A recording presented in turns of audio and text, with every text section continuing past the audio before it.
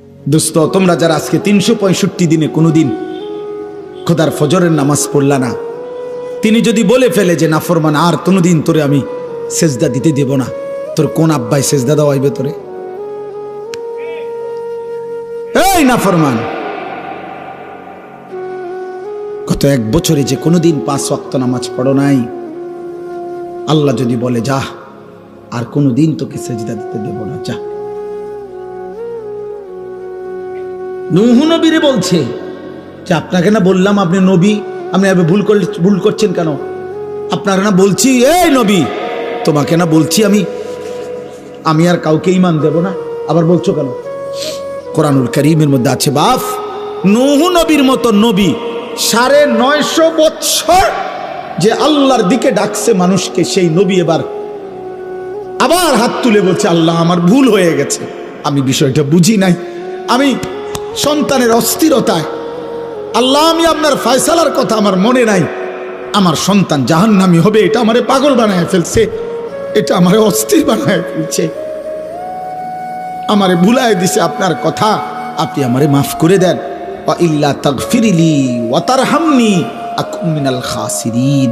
আয় করিম, আপনি যদি আমারে মাফ না করেন, দয়া না করেন, আমি নবী হয়েও ক্ষতিগ্রস্তদের অন্তর্ভুক্ত হয়ে যাব।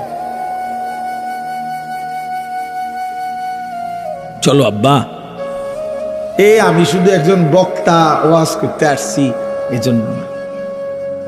এই জন্য মনে করাইতে আসছি, ভোট চাইতে আসি না, ভোট চাইতে না, আখেরাত মনে করাইতে আসছি। এই 3টা উদাহরণ দিলাম। নবী সাল্লাল্লাহু আলাইহি সাল্লামের হাত নামায় দিছে, ইব্রাহিমের হাত নামায় দিছে, নূহের হাত বলে না কেন? তার চাইতে দামি এখানে কে? এই সৃষ্টিতে কে?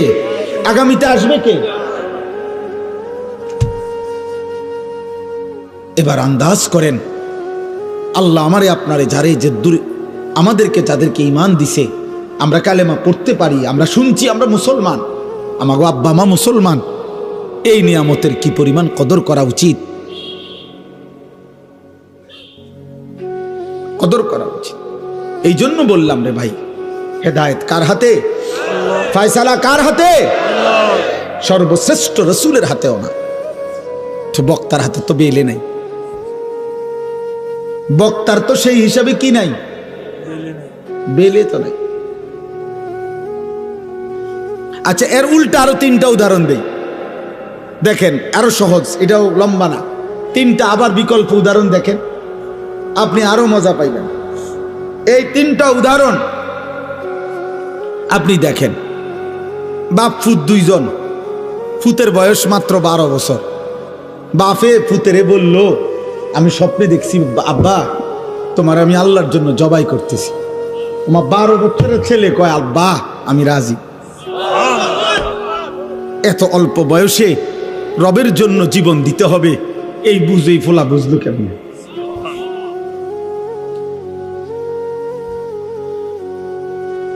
আল্লাহ বলছে দেখো তো এবার ইব্রাহিম আবার ইসমাইল, আমি আল্লাহ 2 জনকেই পূর্ণ ঈমানওয়ালা বানায় দিলাম, এটাও আমার ফয়সালা। আচ্ছা, এবার আবার শুনেন, 10 বছরের একটা ছেলে, সে 10 বছর বয়সে বাড়ির থেকে তার ভাইরা তারে বাইর করে দিয়া কূপে ফেলে দিছে। সে 10 বছর বয়সেই বাবার থেকে বিচ্ছিন্ন, মার থেকে বিচ্ছিন্ন। এরপরে একটা বাজারে কৃতদাসের মতো বিক্রি হয়েছে। একটা বাড়িতে যারা সবাই ছিল মূর্তি পূজক, যারা সবাই প্রতিমার পূজা করত, এই মূর্তি পূজক ফ্যামিলিতে এই ছেলেটা 10 বছর বয়স থেকে বড় হয়েছে, যেখানে তার মা নাই, বাবা নাই, দাদা নাই, দাদি নাই, নানা, চাচা, মামা, ফুফা, কেউ নাই, ঈমানের কোনো পরিবেশ নাই, কেউ নাই। একটা মানুষ তাকে লা ইলাহা ইল্লাল্লাহ শোনাবে এমন কেউ ছিল না যার। কিন্তু 10 বছর বয়স থেকে কুফুরির ঘরে বড় হয়ে এই যুবক যখন প্রাপ্তবয়স্কে এক সুন্দরী রমণী তাকে যখন জিনার জন্য ডাকছে, যুবক তৎক্ষণাৎ আল্লাহকে ডাক দিছে। কে তারে শিখাইলো? মালিক। ক্বালা মাআযাল্লাহ। জুলাইখার আমন্ত্রণে ইউসুফ চিৎকার দিয়ে বলছে, আমি আল্লাহকে ভয় করি, আল্লাহর কাছে পানাহ চাই। ইন্নাহু রাব্বি আহসানা মাসওয়াই, আমার সেই আল্লাহ যিনি আমাকে জন্ম থেকে এই পর্যন্ত বড় উত্তম ভাবে লালন পালন করেছেন। ইন্নাহু লা ইউফলিহুজ যালিমুন। ইউসুফ আলাইহিস সালাম জুলাইখাকে মোট 3টা কথা বলছে। 1 নাম্বার বলছে, জুলাইখা তোমার এই হারাম প্রস্তাব থেকে আমি আল্লাহর পানাহ চাই। 2 নম্বরে বলছে, জুলাইখা আমার আল্লাহ আমারে বড় বেশি যত্ন করে লালন পালন করেছে জুলাইখা। 3 নম্বরে বলছে, ইন্নাহু লা ইউফলিহুজ যালিমুন। জুলাইখা কিয়ামত পর্যন্ত মনে রাখবা, কোনো পাপী, কোনো নাফরমান আল্লাহর অবাধ্য বান্দা কখনোই সফল হয় না। কে তারে এই বুঝ দিল? কে? বুঝছেন উনি কে? ইউসুফ। আরেকজন সে হলো যে ছোট্টবেলায় জন্মের পরেই কোলে বাচ্চা, কোলে দুধ পান করা অবস্থায় আল্লাহর হুকুমে তার মা তাকে কুয়াত পানি ফেলে দিছে। বাক্সতে ভরে কি করে দিছে? পানিতে ফেলে দিছে। তাইলে এই বাক্সতে ভরে পানিতে ফেলে দেওয়ার পর থেকে তারে, এই বাচ্চাটাকে আল্লাহ চিনাবে কে? আখেরাত চিনাবে কে? তাকে নেককার চিনাবে কে? কিছুই জানে না। তাকে আল্লাহ তাআলা পৌঁছায় দিছে এমন এক ঘরে, যেই ঘর শুধু কুফুরের ঘর না, কুফরের সর্দার, কুফরের সবচেয়ে বড় দাবিদার, খোদা দাবিদার বেঈমানের ঘরে, ফেরাউনের ঘরে বড় হইছে, ফেরাউনের ঘরে, বেঈমানের ঘরে, খোদা দাবিদারের ঘরে। কিন্তু সেই ঘরে এই কোলের বাচ্চা বড় হইয়া আগামী দিনে এই বাচ্চাই রাসূল হয়ে গেছে। আসমানওয়ালা বলেন, আমি বানাইছি, আমি ফেরাউনের ঘরে তারে আল্লাহ চিনাইছি, আমি জুলাইখার ঘরে তারে আল্লাহ চিনাইছি। সুবহানাল্লাহ, সুবহানাল্লাহ। এই জন্য দোস্ত এই তিনটা 6টা উদাহরণ দিলাম। মূলত হেদায়েত কার হাতে? ফয়সালা কার হাতে? পরিবর্তন কার হাতে?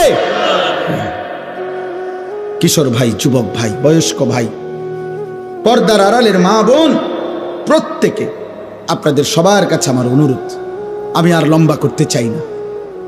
লম্বা করা যাইতো কিন্তু উচিত না, কারণ আশপাশের বাসাবাড়ির মানুষ, তাদের ঘুমের সময় কষ্ট হয়।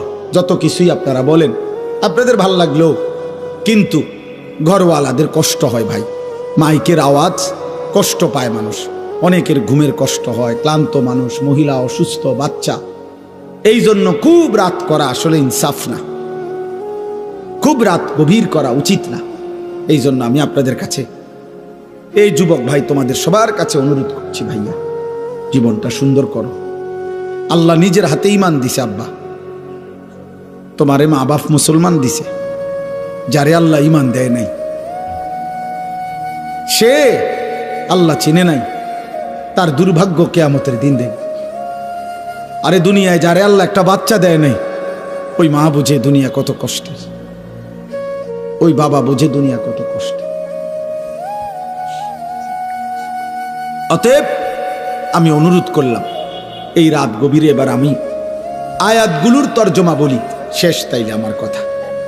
আমাদের প্রত্যেকেই শুধু আয়াতের তর্জমা বলার আগে 30 সেকেন্ড আপনারা প্রত্যেকে নিজ নিজ জায়গায়, আমিও, আপনারাও ভাববেন শুধু একটা জিনিস, যে চোখ বন্ধ করে দেখবেন 30 সেকেন্ড শুধু একাকী নিজের কল্পনা করবেন যে আমি এখন যে অবস্থানে আছি, আমার জিন্দেগির গুনাহ বেশি নাকি নেকি বেশি। বুঝেন না হিসাবটা? এরপরের সেকেন্ড কল্পনা করবেন, আমি এই মুহূর্তে যদি আল্লাহর সামনে দাঁড়াই আখেরাতে, আমি আমার মালিকরে কি বলবো? কোন আর এই 30 সেকেন্ড কোন? আপনি বন্ধ করেন, চোখ বন্ধ করেন।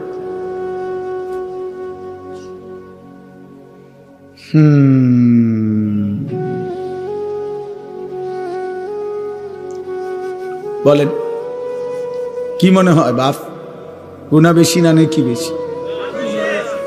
রবের সামনে দাঁড়াইলে কি বলবে, কেমনে জবাব দিবেন? ওয়াকিফুহুম ইন্নাহুম মাসউলুন। কোরআনুল কারীমের মধ্যে আছে আল্লাহ হাসরের ময়দানে ফেরেশতাদেরকে বলবেন, আমার একজন একজন বান্দাকে এনে আমার সামনে দাঁড় করাও, আমি আল্লাহ এই মুহূর্তে একজন একজন করে আমি নিজেই জিজ্ঞেস করব। আমি জিজ্ঞেস করব, আল্লাহ জিজ্ঞেস করবেন। আল্লাহ, আমার কাছে কিতাব আছে ওয়াজাআত সাকরাতুল মাউত বিল হক, এই কিতাবে লিখছে একজন বড় বুজুর্গ আলী ইবনুল ফুজাইল রাহিমাহুল্লাহ, এই বড় বুজুর্গ একদিন রাত গভীরে এই আয়াত এটা পড়তেছিলেন তাহাজ্জুদে, ওয়াকিফুহুম ইন্নাহুম মাসউলুন।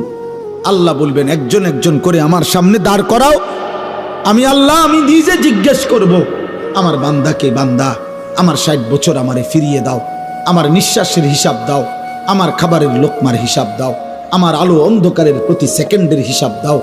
এই কথাইটা উনি ভাবতেছিলেন আর মনে মনে ভাবতেছিলেন, হায় আমার রবের সামনে আমি কি বলবো, আমি কি বলবো, আমি কি বলবো। খোদার কসম এই কিতাবের মধ্যে আছে, এই কথা ভাবতে ভাবতে উনি বেহুশ হইয়া পড়ে গেছেন, আর হুঁশ ফিরে নাই, উনি ইন্তেকাল করছেন, উনি মৃত্যুবরণ করেছেন। যে হায় আমি আমার মালিকের সামনে কি বলবো, আমি আল্লাহর সামনে কি বলবো, আমি আল্লাহর সামনে কি বলবো। ওয়ালাউ তারা ইদিল মুজরিমুনা নাকিসু রুউসিহিম ইনদা রাব্বিহিম, আল্লাহ বলে বন্ধু সেদিন আপনি দেখবেন সমস্ত পাপী নাফরমান ঘৃণায় লজ্জায় অপমানে মাথাটা নুয়ে আমি আল্লাহর সামনে দাঁড়িয়ে আছি, অপমানে মাথা তুলে তাকাইতে পারবে। আল্লাহ কোরআনে বলছেন ওয়ায়ুদআউনা ইলা সুজুদি ফালা ইস্তাতিউন, কিয়ামতের দিন হাসরের ময়দানে ফেরেশতা নাফরমান বান্দাকে ডাক দিয়ে বলবে, হে নাফরমান, মোট সারা জিন্দেগির এত লক্ষ সেজদা তোমার মোট ছুটে গেছে, এখন দাও। ওয়ায়ুদআউনা ইলা সুজুদ, সেজদা করার জন্য নাফরমানকে ডাকা হবে। আল্লাহ বলেন ফালা ইস্তাতিউন, 100 বার লক্ষ বার কোটি বার চেষ্টা করে বেঈমান আর একটা সেজদা দিতে পারবে, আর কোমর ভাঙবে না, আর হাঁটু বাঁকা হবে না, আর কোনোই ভাঙবে না। আল্লাহ বলেন খাশিআতান আবসারুহুম, নাফরমান তখন মাথা নুয়ে ফেলবে, তার হাকুহুম জিল্লা, লজ্জা আর অপমান তাকে ঘিরে ধরবে। দোস্ত তোমরা তো মনে করছো টেলিভিশনের খবর যদি তোমাদের এতটা বিশ্বাস হয়, সমবয়সী বন্ধুর কথা, নাটকের কথা, সিনেমার কথা, গায়িকার কথা, অ্যাডভার্টাইজের কথা, চ্যানেলের খবরের কথা, তো আসমানওয়ালার কথা আমার বিশ্বাস হবে না কেন? মুহাম্মদ আরবি সাল্লাল্লাহু আলাইহি সাল্লামের কথা আমাদের বিশ্বাস হবে না কেন বলে?